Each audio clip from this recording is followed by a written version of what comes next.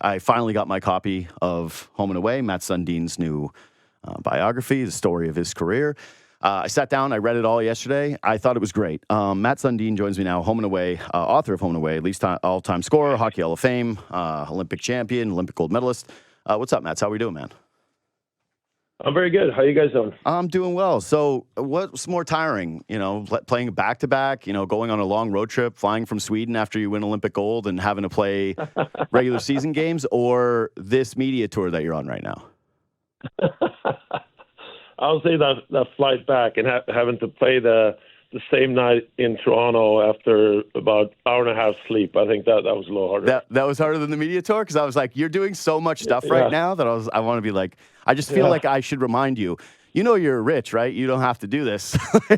you probably a pretty healthy bank account, I'm guessing. This is a lot. But it's great though, and we're out meeting Maple Leaf fans, new generations, and the generations we're around also when I played, so it's been great. We're around the GTA meeting fans and signing some books, so it's actually fun. And I don't get a chance to be in Toronto that often anymore, so I'm really enjoying it. Yeah, I'm glad that you are. And, I read the book yesterday, and I want to cover some ground from the book, but I'm always curious what inspires guys like you to actually put this down on paper, and then why the timing. And, you mentioned the new generation of Leaf fans, and there's an anecdote in the book about, the unfortunate thing about being an older father is that your kids didn't get to watch you play. And I'm curious how much of the inspiration for you to write this book was to tell them your story, or to tell your story to the new generation of fans.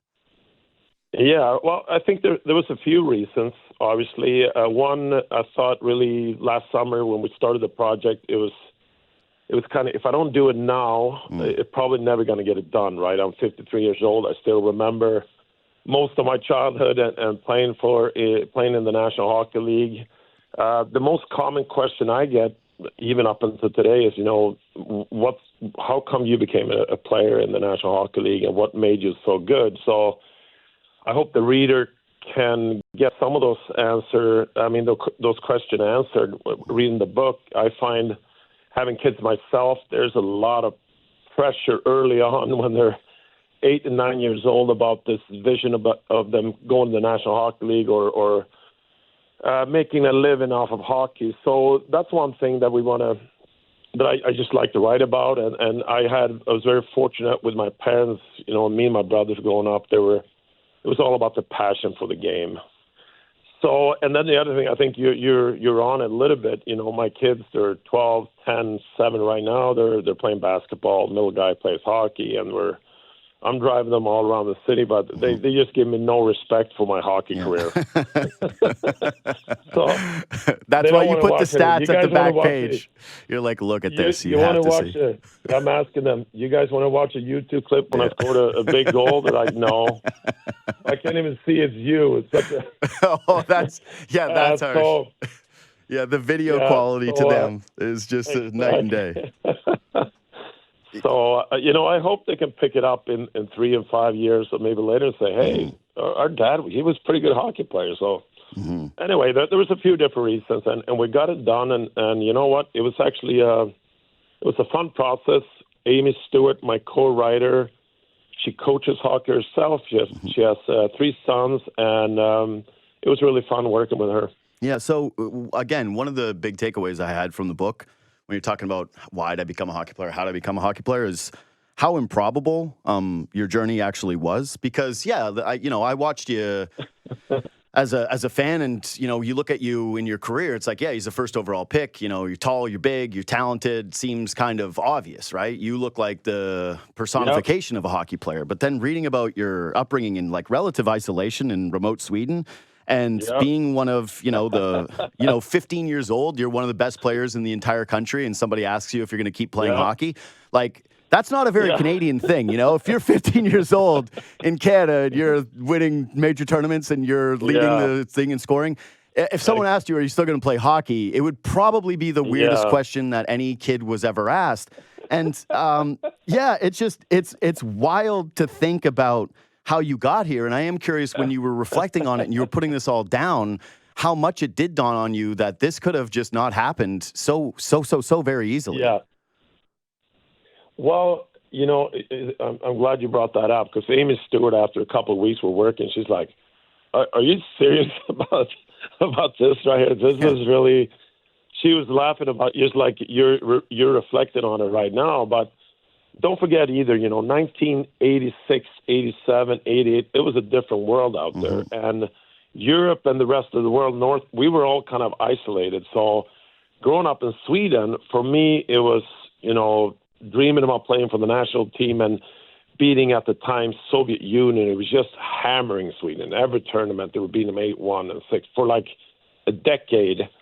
And, in Sweden, we got news about the National Hockey League like 3 days after the actual game. There was this little note in the paper that the Rangers beat Toronto, whatever, 3-2. And we were not connected the way we are today. So, and it's kind of cool to reflect on that in the book as well. But in terms of when I look back and not being pressured or thinking that I was going to, go to the National Hockey League early, it really helped me, I think, manage being the captain for the Toronto Maple Leafs and play 13 years. And it made me, it gave me a very safe, and I felt very grounded once I started my NHL career and kind of knew where I was coming from, and really it made it easier for me to play the 18 years I did in the National Hockey League. Yeah. This is actually a theme that I want to talk to you about from the book too, which is, like you didn't have that hype. You didn't have those NHL dreams. Like you're mentioning that it was days before you even got the news. Reading it also dawned on me that, Boreas Solomon to you as a kid would have been like, it's like a myth. It's a legend. It's the same thing as me hearing a story about, someone who's a dragon slayer. You're like, oh, okay, sure. It's not something tactile. It's not even like really real to you. It's just, it's more of an idea than it is something that is a reality. And here you are again with very little hype, with very little belief or I think any kind of goal of making the NHL. And, throughout the book, it's like, you're just a hockey player. You have a real passion for it, whether it's trying to play with your brother, whether it's, you starting your own ball hockey league, all of these different things, not feeling that pressure. It made me really think about where hockey is today. So much of it is professionalized, right? You look at kids, like I have friends who have kids who are 7 years old, and you look at their stalls and it's like your stall with the Maple Leafs, right? Like they have everything at their disposal. There's a ton of pressure from parents. It's extremely expensive, and so parents feel the pressure to try to get the most out of the league and to get more ice time for the kids. The thought of the NHL is something, especially here, I'm not sure how much this is like that in Sweden, but it's the same. Yeah, okay, so it's just very intense, and I find, and I'm not trying to be like old man yelling at the clouds, but I worry at times about us losing passion for the game, like players who have just real passion rather than it being homework, right? Like when you were a kid, hockey was your escape. And I wonder for a lot of kids now if it feels like their first job rather than something that they have a passion for. And so when writing this stuff, did you feel that? Like, did you reflect on, what your own kids are going to kind of go through and how different the hockey world now is for youth? Yeah. And you know what? I'm really glad you brought it up. I think it's one of the most important messages when we try to write this book, me and Amy, is if you look at the Connor McDavids, Austin Matthews today, the best players in the world today, or you look back to the Gretzkys, Lemieux, whoever they are, Joe Sakic, I play with, Nicholas Lidstrom, Peter Forsberg. You look at all the great players of all time, and I think that's no different today. The guys are playing today in other generations. The passion that is within that kid or the guy who's dominating in the National Hockey League, it's the same, right? It drives all the best players, and it gets them through their teens, try to make it into the National Hockey League and beyond. They want to improve. They want to get better.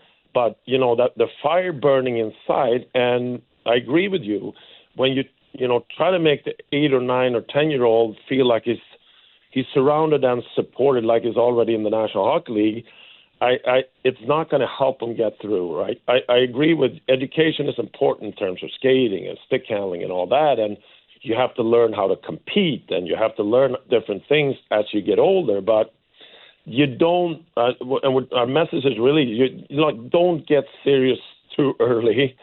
because there's a big chance you'll kill that passion that all these kids have inside.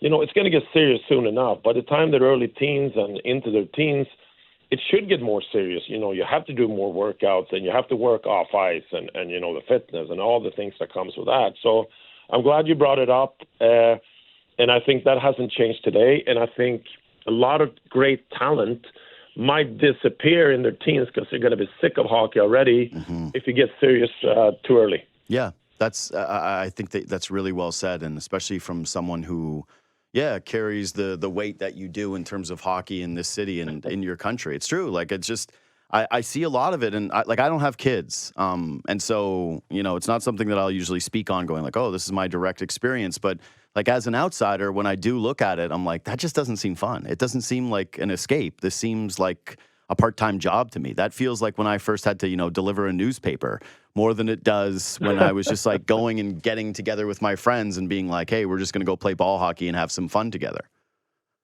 Yeah, and you know what? The combination, and there's studies on this too. Like, we know it's true. So if you specialize too early and you're starting to over putting in the hours when you're at age 7 or 8 or even earlier, some people, it's going to affect you both physically, because when you're a kid, you need to be moving and jumping and doing all different activities to be healthy going into as you grow, but also maybe even more mentally, like we talked about, like that passion. If you're a parent and your kid really just want to play hockey every day, 4 or 5 hours a day, I think the best thing that parents can do when they're 7, 8 years old, you know what?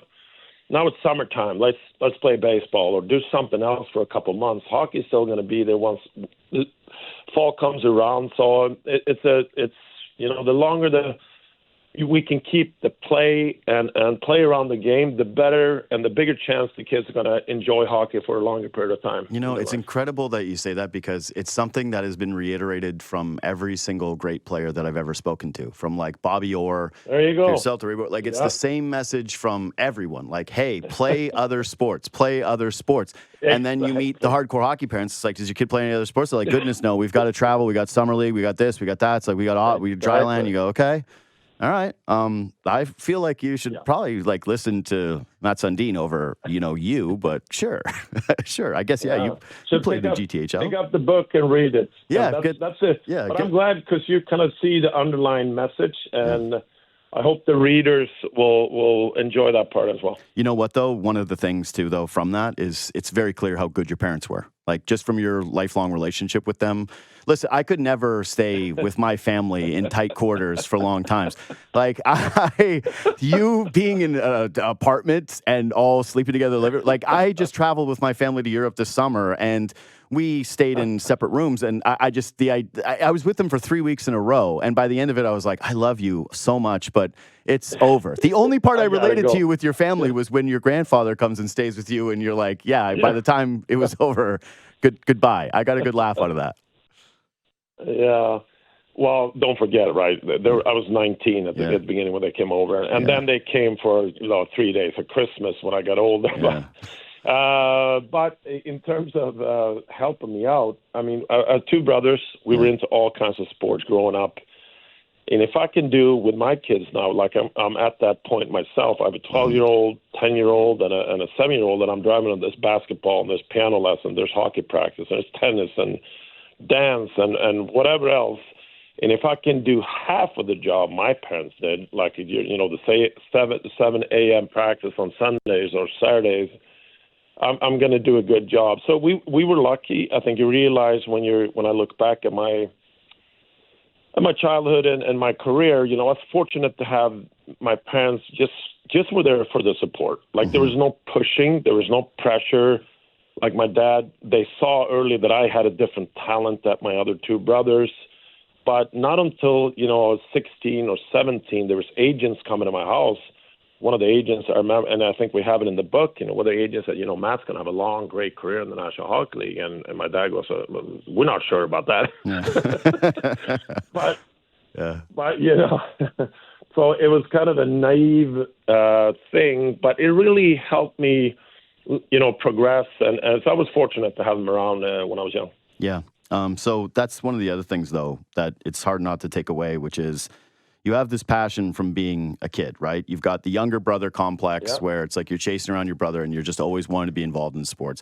You basically have one blip in your childhood when you're a teenager and you're starting to have success where, you don't let hockey become your maybe primary focus. But throughout your life, throughout your career, like it's just extremely clear where your priorities laid, whether it was, your routine as a player, the dedication you put in during the off season, your desire to win, like all of these things, right? But that makes me feel like it had to be really hard to step away. And that's why I was surprised that, at the end of the book, when you're talking about your time in Vancouver, that you felt it was over and that you did feel some closure. And I am curious, like when you have that level of passion, how difficult is it to put it into other things? How hard is it when you're writing this book to go down those memories and to feel that stuff and just really feel like it's closed? You know what? I still love the game, though. Yeah. Right? And I started playing a couple of years ago. I play once a week on Fridays for an hour. There's some former NHLers over in Sweden and some other guys that play in the Swedish league. We play pickup, first to 3 goals, start a new game. No slap shots, no hitting, obviously. Still enjoy it as much, but, professional sports, whether it's women's or men's, and it's for young people, right? Mm-hmm. So at 38, when you get on the road or you're flying to get on the road and you get to a new city, you're preparing for a game the next day. All the other guys in the team are between 20 and 25. They're playing video games on the plane and you're kind of, reading a book or something. You get phased out. So, and at the same time, I was doing it for so long. And when I look back now and I see the teams play, they're playing every other night. I know what they're doing. They're playing games, they're practicing, they sleep, eat, travel, play again, do it all over again. Mm-hmm. So saying that, and the only thing I really miss, because I was always also enjoying being part of the team. I think that's why I enjoy being the captain. But so, the thing of being part of a group trying to achieve a goal and win this week or this game or try to win a championship, that's something I miss. I also miss when you step on the ice in hockey, or I think in probably any professional sports, you only live in the moment, right? So there's no thinking about the future. There's no thinking about yesterday. And that's tough to find those moments now when you have kids and you're going to plan the week or pick someone up at a time where you just live in the moment for that hockey game and you enjoy it. And those were special things that is tough to recreate later in life. So you never thought about coming back after you retired? No, you know what? I was going to, that last year with Toronto, I played out the season. I didn't weigh my no trade, and I finished the year. I told my agent, JP Bear, you know what? I'm done. I'm not going to play any more hockey. JP calls me 1st of July. He says, and I was unrestricted free agent, and I had a really strong season that year with the Leafs, my last year. I had over 30 goals, and I had almost, I think, a point a game, or maybe even more. And JP goes, Mats, we have a great offer from Vancouver. And I said, you know what, JP, I think I'm done.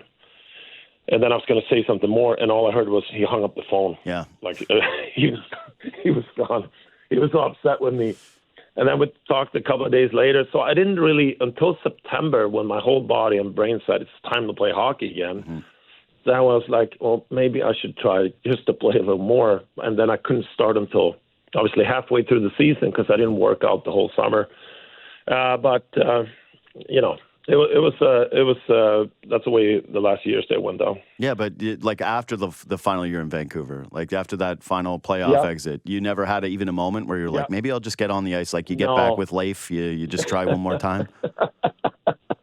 No, and I was old, right? You're 38, so it takes. If you look at the guys, they're 20, 25. They have a short warm up. They go out and practice at the highest level, play games.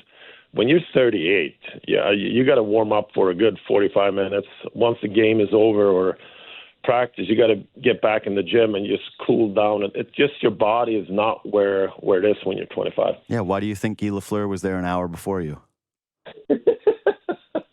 Exactly. So that was me in Vancouver. I was the Guy Lafleur. Same age. Yeah, that's it. Okay, so I want to get into your journey here because, again, it is remarkable how unlikely that it actually seemed. And, Yeah, if you want to talk about what the biggest difference is in terms of the sign of the times, it's that a first overall pick didn't just go back to his home country, but worked part-time driving around his country selling hardware as he is the first round overall pick. Again, something that I don't think will ever happen again. But you have this tumultuous exit, right, from your team in Sweden. You're the first European that goes first overall, which is like a very well-documented thing. But yeah, coming over here and learning the language and then even having to like take French lessons and just a lot of the isolation and the things that you went through. We obviously recently have really reflected on Börje Salming's career, right? And thought about what a trailblazer he was. And in your book, you mentioned McGillney and Bure, those two guys get spoken of often. Like when you mention their names, it's always brought up how they are trailblazers, right? It's synonymous with who they are. And I'm curious if like, I don't like using the word credit because that makes it seem like an ego thing, but do you think that that is affiliated with you enough, that that's something that's mentioned with your career enough? Just given, again, like truly what a trailblazer you were in the sport. Well, I don't know about that, because you're right. At the time when I came over to the National Hockey League, I think there was like 17 Swedish players that were playing in the league or up and down in the AHL, and right now there's over 100. I think it's maybe 117. So, but I think every generation can influence the next one, right? So Börje paved the way for us. I think he opened the eyes for general managers and not only in Toronto but in the league, where they question Swedish players and European players. Can they really handle the tougher game, the more intense game that we play in North America? And Börje really showed that works. So he helped our generation. And then, later we came in and played, and you look at the league today. So I think we've had, the Swedish hockey program has been really good, for a quite amount of time now, even though, Sweden is a small country. It's 11 million people, and there's only, I think, 80,000 registered hockey players total. So we've been producing a lot of good players for a long period of time, but it's so important. I agree with you that you get the Börje Salmings and the Lidström, Forsberg, Sundins. It makes the kids start to play hockey, and now you got the Nylander and the Elias Pettersson and the Victor Hedman and Eric Karlsson. So, but it has to continue. It's not an automatic, and Swedish hockey have to keep working on that to make sure that we can keep getting players to play at the highest level. So, and again, like in comparing you to Börje Salming, one of the things that is well documented was the cruelty that he had to endure as, the first Swedish player here. That, guys really took runs at him, really were incredibly over the top physical, like assaulted the guy. But yeah, like one of the things I was really surprised by in the book is that you're the first overall pick. You come over here. There is, as you mentioned throughout the novel or the book, about how there's so many times where you had to fight against, or that there was being really pushed the idea of like the chicken Swede or the soft European player. And so you would think, like, with this attention on you and playing in that market, and then also your size, that it's like you're a big guy who's, 6'4", and, you stand out quite a bit, that guys would take runs at you. And then you're there, like, it's very little in the book. You're like, yeah, I liked the physical play. And I'm curious what the physicality was like for you, if you felt like guys were really taking shots at you, if it was rougher than you let on in the book. No, they do. But you know what? They do on everyone that comes into the league. I think it doesn't matter if you're from Sweden or whatever. If you're a high pick, you are going to get tested, right? Whether it's being hit or there's a fight and I never mind that part of the game. I didn't have a problem with it, but it was a shock coming to. And I remember one of my first exhibition games in with Quebec, I think we played Buffalo or something. There's a bench clearing brawl, and I'm sitting on the bench. I'm looking, where are all these guys going? And I get on the ice, and I'm trying to find the smallest guy on the Sabres. I think I had my first fight the first year at the end of the year, one of the last games. It was against Buffalo, I think, on the road, and I think it was Dave Hahn at the time. He just speed bagged me. But I didn't get cut or anything, and I got to the penalty box, and Tony Twist, our tough guy that was on a team, comes up to me and he goes, Mats, keep your gloves on. That didn't look good. All right. So at the same time, I knew my job. But, I can count my fights over my long career on one hand. I think my to become after Gary Roberts was one guy that that I fought Dave Hanna and Ray Bork. And I say Ray Bork and Gary Roberts I actually beat up. I keep telling Rob. So I was 2-1 in my 3 fights over, that's pretty over good. 18 years. That's pretty good. That's a lot better than a lot of other guys have done. So I wasn't really prepared for the book to start with your return wearing the Vancouver sweater. And it was fairly emotional because I think a lot of Leaf fans were very much like you that evening, where it was very emotional. It's genuinely one of the most memorable sporting experiences for me personally. Like, it was a massive deal. But again, the thing that I found most interesting from it was not your recollection, that where it's just like, man, you start the book, you open it up, and you have to dive right into all those feelings you had. But it was that you weren't sure people loved you here. It was, but you know what? It was just the way it ended. I think my last year with the Leafs, and I understand, the National Hockey League. It's a business, and Toronto Maple Leafs at the end of my last season with Toronto try to do what's best for the organization in the long run. And I felt that we're only whatever it was 3 or 4 points out of the playoffs when I got asked to waive my no trade, and I said, listen, we have a chance to make it in, and I want to stay here and finish the season. So, but saying that though, it was such a media circus for the last 3 months, and so that it's impossible if you've been in a team for 13 years, you're the captain for 11 years. It gets personal, right? So there was a lot of nerves leading up to that game with Canucks come back to Toronto, and for me, Toronto is the hockey capital of the world. They have the best hockey fans in the world, so it was very emotional for me as well. Yeah. Speaking of the trade request stuff, it's at the end of the book. It's small, but you can tell how much it hurt you, right? Like the request itself, the narrative that built, and the frustrations that you dealt with as the captain of this team who took a lot of pride in that, and still trying to make the playoffs with the Leafs. And I am curious, how much did that shape your relationship with the team, and how long did that take to heal? Yeah. Well, you know what? I was fine with it. I think I never saw it as a real problem. I really, even when I got asked a question, understood that Toronto Maple Leafs didn't do anything wrong. They try to make what they felt was best for the organization and starting a rebuild and get some players for me. So there's no regrets there.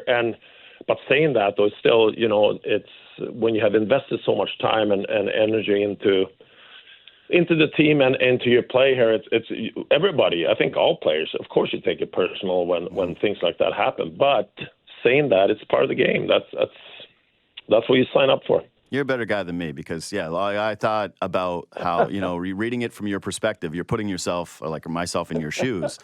And I'm thinking, right after your retirement, right, and the Leafs are honoring you, and you're out there with a lot of these same people, what is a little different is, and what I would take a little personally, is someone of your stature, when it's done in private, asking you to waive that no trade, and then for it to be leaked immediately and have it be done with that way.